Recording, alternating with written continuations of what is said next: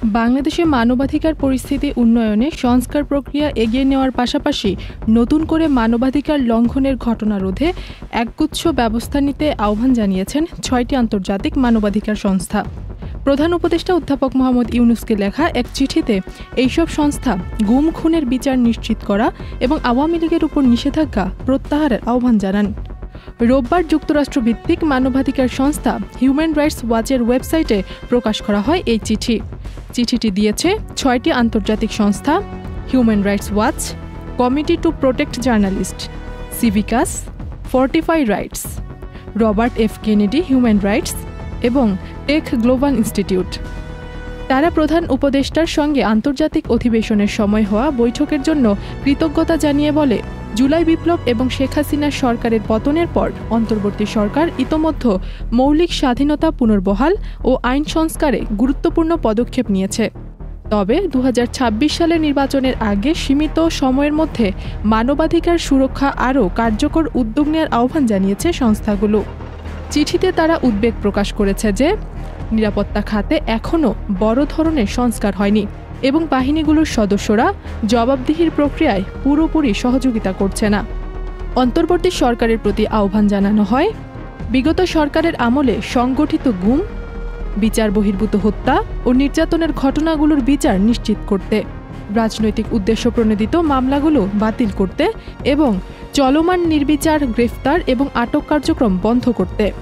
চিঠিতে আরও বলা হয়, র্যাপিড অ্যাকশন ব্যাটালিয়ন বা র্যাব বিলুপ্ত করা এবং ডিজিএফআই এর ক্ষমতা সীমিত করা প্রয়োজন।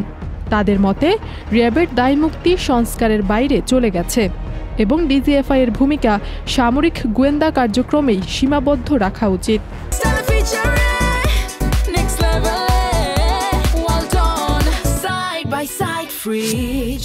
গুমকে আন্তর্জাতিক মান অনুযায়ী অপরাধ হিসেবে স্বীকৃতি দেওয়া এবং গুম বিষয়ক তদন্ত কমিশনকে পূর্ণ স্বাধীনতা ও সম্পদ দেওয়ার আহ্বান জানায় সংস্থাগুলো।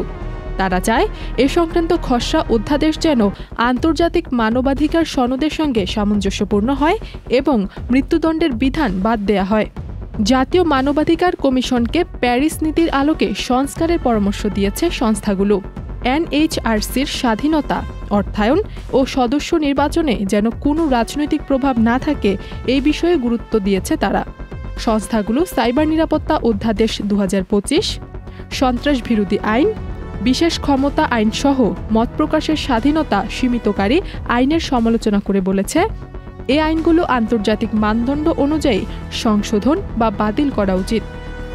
এছাড়া ব্যক্তিগত তথ্য সুরক্ষা আইন ও জাতীয় উপাত্ত ব্যবস্থাপনা অধ্যাদেশ সংশোধনের আহ্বান জানানো হয়, যাতে রাষ্ট্রীয় কর্তৃপক্ষের অতিরিক্ত ক্ষমতা রোধ করা যায়।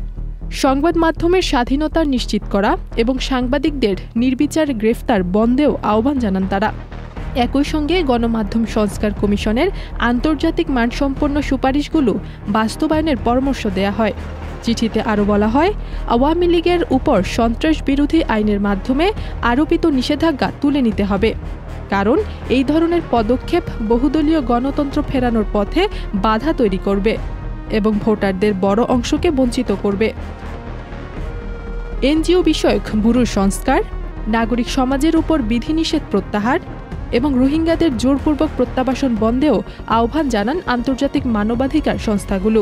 তাদের মতে মিয়ানমারের বর্তমান পরিস্থিতিতে কোনো অংশেই এখন স্বেচ্ছায় এবং নিরাপদ প্রত্যাবাসনের উপযোগী নয়। চিঠির শেষাংশে ৬ আন্তর্জাতিক সংস্থা বাংলাদেশের অন্তর্বর্তী সরকারের প্রতি আন্তর্জাতিক মানবাধিকার প্রতিশ্রুতি রক্ষায় আহ্বান জানিয়েছেন। তারা বলেছেন, এইসব পদক্ষেপ না নিলে গণতান্ত্রিক অগ্রগতি এবং আইনের শাসন দুটি ঝুঁকির মুখে পড়বে। ইথিলা কবির প্রমা, চ্যানেল আই।